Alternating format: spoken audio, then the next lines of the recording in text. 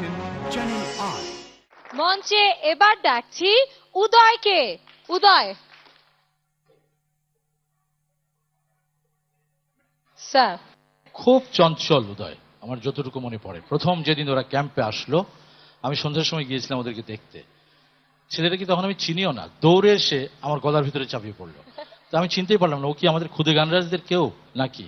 পরে বললো, হ্যাঁ আমি উদয়, আপনাকে তো টেলিভিশনে দেখি সব সময়, আপনি মাটির কথা বলেন, মানুষের। উদয় মনে পড়ে তোমার?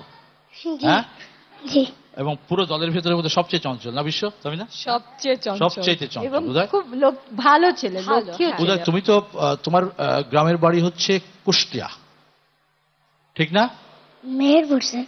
ওই তো কুষ্টিয়ার মেহেরপুর, কুষ্টিয়া জেলাতে ওটা মেহেরপুর, লালনের জায়গা, তাই না? হ্যাঁ, এই জন্যই তোমার কণ্ঠে ওগুলো গান খুব ধরে নাকি? জি স্যার। আচ্ছা, আমি আজকে যখন এখানে আসছি, তুমি আজকে ওই একই কাণ্ড ঘটিয়েছো, দৌড়ে এসে এবার আর গলা জড়িয়ে ধরনি। তুমি তখন আমাকে বলছিলে যে স্যার কালকে সারা রাত্রে তো শুধু আমরা চিন্তাই করছিলাম যে আপনি আসবেন, কি যেন জিজ্ঞেস করেন, কৃষি নিয়ে যেন কি জিজ্ঞেস করেন। হ্যাঁ, ওরা সবাই মোটামুটি একটু টেনশনে ছিল। হ্যাঁ ভাই আপনার এই কৃষির অনুষ্ঠানটা হ্যাঁ। মানে আমার দেখলে আমার হিংসা হয়, কারণ মানে আপনি কোথায় কোথায় গিয়ে গিয়ে যে সেই 82 সাল থেকে, বাপরে বাপ। উদয়, কৃষি নিয়ে একটা প্রশ্ন করব। ভয় পেয়ে যাচ্ছে। আচ্ছা, ভয়ের কিছু নাই। দেখ, প্রতিনিয়তই দেখছো তোমরা এটা। হ্যাঁ, পরীক্ষা সবই দিল, হ্যাঁ। পঞ্চকবি থেকে শুরু করে অত্যাধুনিক গান, এখন কৃষি তোদের। এটা নিশ্চয়ই আমার মার্কস কাউন্ট হবে না এখানে, পারলে পারবা না পারলে না। তবু আমি দেখবো যে তোমাদের গ্রোমিং তো হচ্ছে, তোমরা কতটুকু এই সমস্ত বিষয় খেয়াল রাখো কিনা। ইদানিংকালে বাজারে এত বড় বড় বড়ই দেখা যায়, কুল কুল, চেনো তো বড়ই? আমি খাবো। বাকুল। এই! সবাই জুড়ে হাত তালি। আমি তো খালি জানতে চেয়েছিলাম, শুধু জানতে চেয়েছিলাম। আমাকে তুমি 3টা কুল বাজারে খুব পাওয়া যাচ্ছে ইদানিং, সেই 3টা কুলের নাম কি? 2টা বলতে পারলে আমি দেবো। আপেল কুল, বাউকুল, সাইকুল। বাহ বাহ বাহ, ভেরি গুড, কংগ্রেচুলেশন উদয়। হ্যাঁ, তো সাংঘাতিক দেখে। কি জাজেস, আপনারা কি এর পাশাপাশি কি ওদেরকে কৃষি শিক্ষাও দিচ্ছেন? Very good, very good, very good, very good. আমার গায়ে যত দুঃখ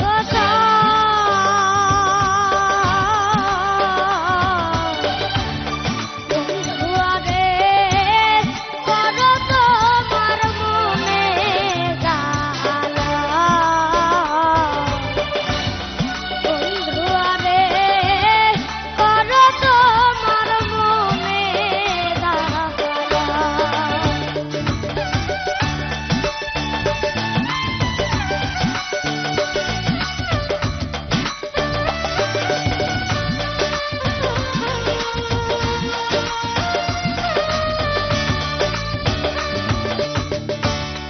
নিঠুর বন্ধুরে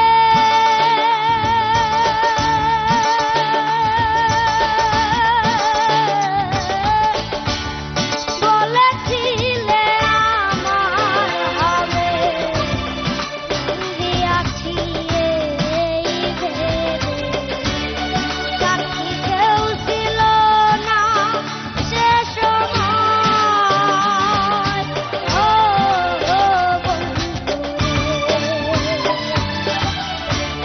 সাক্ষী শুধু চন্দ্র তারা।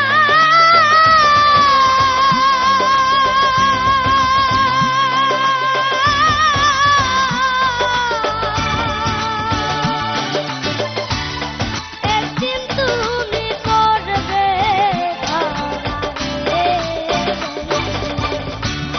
ত্রিভুবনের বিচার যেদিন হয় রে বন্ধু, ত্রিভুবনের বিচার যেদিন হয়,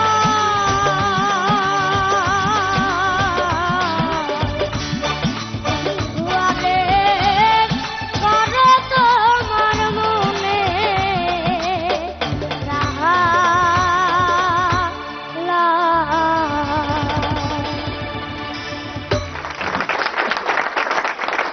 এটা মানে অবিশ্বাস্য মনে হয় মাঝে মধ্যে যে এতটুকু ছোট ছোট ছেলের কণ্ঠে, এতটুকু বাচ্চার কণ্ঠে এত সুর আসে কোত্থেকে?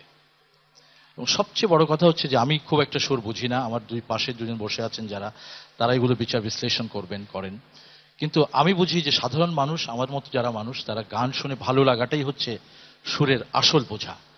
যে এই যে গলার কাজগুলো, এ তো মানে অতুলনীয়। এখন আমার এখানে দু ধরনের অসুবিধে। আমাকে এখানে আজকে ডাকা হয়েছে, আমি খুব স্বাচ্ছন্দ্যে এসেছি, আবার কথাগুলো বলতে গেলেই অনেক সময় নিজের মধ্যেই আবার প্রশ্ন তৈরি হয় যে নিজের এখানে বা নিজেদের এখানে একটি অনুষ্ঠান হচ্ছে বলে আমি বাড়িয়ে বলছি কিনা, এই প্রশ্নটা আমার মধ্যে থাকে। আবার মাঝে মধ্যে মনে হয় না, সর্বজন স্বীকৃত। কখনোই আসলে না।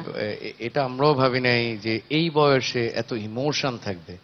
বাচ্চাদের গান আমরা যেটা আমাদের চিন্তা ভাবনায় ছিল, যা হয় সহজ সরল স্বাভাবিক, এত কঠিন কঠিন ম্যাচিউর সুরগুলো ইমোশন দিয়ে, এক্সপ্রেশন দিয়ে, এটা তো এই বয়সে ইমোশন আর করবে কোত্থেকে? ও তো কথাই বোঝে না।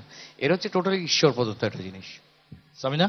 আমার কিন্তু আসলে আমি অত কিছু ভাবছি না। আমি ভাবছি কি, আমার মধ্যে আমি 6 মাস আগে আবার সেই উদয়ের গানটা শুনছি, আবার আমি ওকে নাম্বার দিচ্ছি 10-এ 10।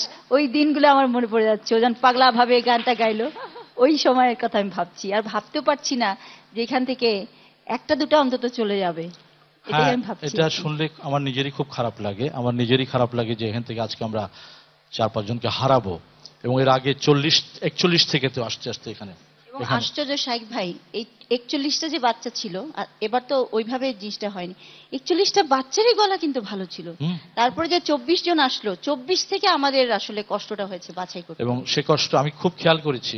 তুমি মানে যথেষ্ট, তোমার চোখে পানি দেখেছি, বিশ্ব তার নিজেকে লুকিয়ে রেখেছে, পানি দেখাতে চায়নি, চোখের জল। তো আজকে তো একই অবস্থা আমার হবে, আমি তো আরো ইমোশনাল। আমি কি শেষ পর্যন্ত থাকতে পারবো কিনা, এটা আমি নিজেই সন্দেহের ভেতর পড়ে গেলাম। যাই হোক, সবাই সবার ক্ষেত্রে এক একজন তারকা। এদেরকে এই 10-11 জন যারা আছে, এদেরকে আমরা সারা বছর ধরে নানানভাবে নার্সিং করব। হার জিত বলতে এখানে কিছু নেই, সবাই জিতবে।